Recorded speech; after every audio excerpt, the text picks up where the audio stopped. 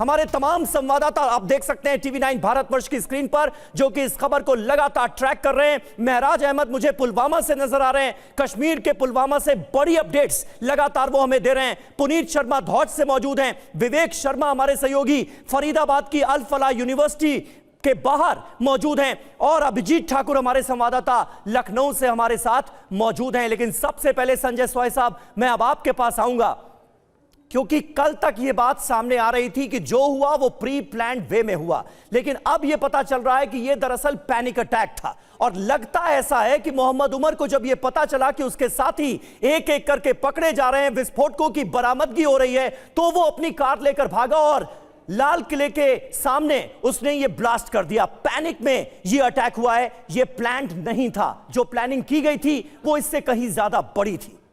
नहीं, बिल्कुल समीर, जो आपने आखिरी बात कही है वो बहुत अहम है कि प्लानिंग बहुत बड़ी थी, इसमें कोई शक नहीं है। क्योंकि अगर इस तरह का एक्सप्लोसिव उन्होंने इकट्ठा किया है, जिस तरह की तैयारियां हैं, जिस तरह की रैकी है, जिस तरह के उन्होंने मॉड्यूल्स तैयार किए हैं, जिस तरह के पढ़े लिखे लोग उन्होंने जोड़े हैं, इसका मतलब था कि कई जगह एक साथ हमला करने का विचार था। और शायद इसमें यहाँ पे मैं हमारी इंटेलिजेंस एजेंसी और सुरक्षा तंत्र को बधाई देता हूँ कि उन्होंने जिस प्रकार से 6-7 दिन पहले ही धरपकड़ शुरू हो गई थी और फरीदाबाद में जो रेड पड़ी है, उसके बाद से इनमें पैनिक आ गया। बिल्कुल आप सही कह रहे हैं। उसके बाद समीर, जब पैनिक आता है तो आदमी भाग रहा है। आप एक साइकोलॉजिकल सोचेंगे, उसके बाद उसको जो भी पुलिस वाला दिख रहा है उसको लगता है मेरी तरफ ही देख रहा है। वो कहीं ना कहीं उसको छुपने के लिए मेरे हिसाब से उसने पार्किंग में खड़ी कर दी कि यहाँ शांति से 2-3 घंटे बैठता हूँ, एक कोने में लगा के गाड़ी में बैठ के थोड़ा सांस लेने की कोशिश शायद की। फिर वो जब अंधेरा हुआ, देखिए 6 बजे के बाद अंधेरा हो गया, साथ साथ वो अपडेट भी ले रहा होगा मोबाइल में क्या हो रहा है, कौन पकड़ा गया, कहाँ कर गया। जे.एंड.के पुलिस ने 6 बज के कुछ मिनट में उन्होंने एक ट्वीट भी डाला कि आप पर हमारी नज़र है, आप भाग नहीं सकते हैं। इस तरह के जो मैसेज हैं, यहाँ पर डेफिनेटली वो डर है। उसके बाद जो वो निकला है तो कहीं ना कहीं बिल्कुल आप सही कह रहे हैं, एक डर की वजह से किया है, जहां पूरी तरह से प्रिपेयर्ड नहीं था, वो स्टॉक था खाली। और जैसे एक्सप्लोसिव होकर तैयार होता है, एक प्रॉपर बना होता है कंटेनर में, उसका शेप होता है, उसका इफेक्ट बहुत ज़्यादा हो सकता है, बहुत ज़्यादा कैजुअलिटी होती है। लेकिन जो आप कह रहे हैं लाल किले वाली बात भी बहुत अहम है कि लाल किले एक ऐसा जगह है जिसके हिस्टोरिकल वैल्यू है। हर जगह हम लाल किले का नाम लेते हैं कि लाल किले के प्राचीर पे, लाल किले में भाषण होता है, यहाँ पर हमारा एक सिंबल माना जाता है। उसके आसपास अगर ये हमला करने की कोशिश है, डेफिनेटली बिल्कुल। और सर, सवाल इसलिए भी इसी लोकेशन को लेकर उठ रहा है क्योंकि जैसा हमने बताया और पुनीत भी बता रहे थे कि इस साल की शुरुआत में ही जनवरी के महीने में जो उमर है और साथ साथ मुजम्मिल, जिन्हें गिरफ्तार किया गया है, जो मुजम्मिल गिरफ्तार किया गया फरीदाबाद से, ये दोनों गए थे और ये इन्होंने बाकायदा रेकी भी की थी, इलाके को देखा था।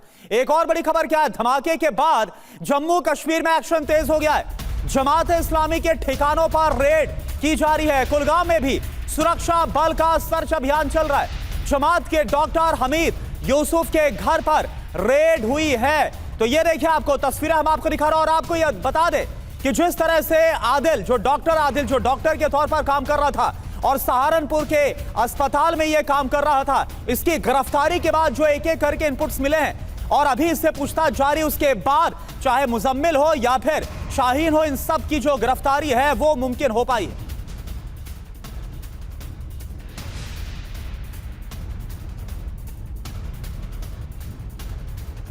तो देखिए, धमाके के बाद जम्मू कश्मीर में भी एक्शन काफी तेज हो गया है और एक एक करके जिस तरह से रेड की जा रही है उसकी अपडेट भी हम आपको दे रहे हैं। हाफिज इश्तियाक को श्रीनगर लेकर गई है पुलिस, ये ताजा अपडेट आ रही है। फरीदाबाद से श्रीनगर ले गई है जम्मू कश्मीर पुलिस हाफिज इश्तियाक को। फरीदाबाद में इश्तियाक के घर ही दरअसल ये डॉक्टर मुजम्मिल रहता था।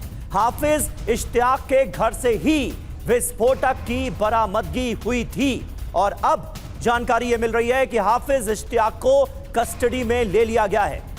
श्रीनगर इसे लेकर गई है पुलिस। महराज अहमद हमारे संवाददाता इस वक्त हमारे साथ मौजूद हैं। महराज, श्रीनगर में जो जांच चल रही है, जिस तरह से रेड मारी जा रही है, कई लोगों को हिरासत में लिया गया है, वहां से इस वक्त दिल्ली ब्लास्ट केस की सबसे बड़ी अपडेट आपके पास क्या है?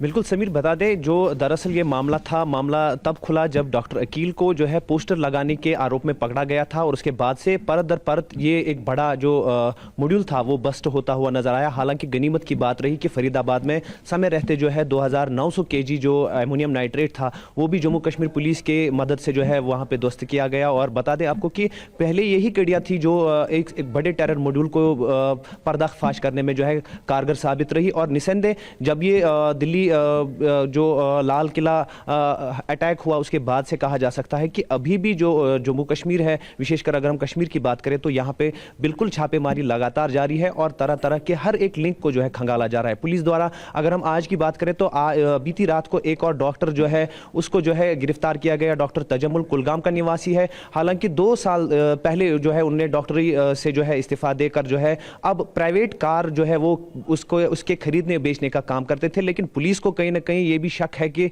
एक तो डॉक्टर भी है, दूसरा प्राइवेट कार्स का जो है धंधा भी करता है या काम भी करता है बेचने खरीदने का, तो उसमें जो है उनको बुला लिया गया है। काउंटर इंटेलिजेंस कश्मीर के द्वारा जो है उनको पकड़ा गया और अभी भी पूछताछ जारी है। तो ऐसे हर एक कड़ी को जो है जम्मू कश्मीर पुलिस जो है खंगाल रही है ताकि समय रहते इस पूरे नेटवर्क का जो है पर्दाफाश किया जाए। बिल्कुल महराज, और सवाल यही है, हैरानी इसी बात की कि डॉक्टरी का पेशा जो कि व्हाइट कॉलर जॉब माना जाता है, एक एक करके तमाम जो नाम निकलकर सामने आ रहे हैं वो इसी से जुड़े हुए हैं।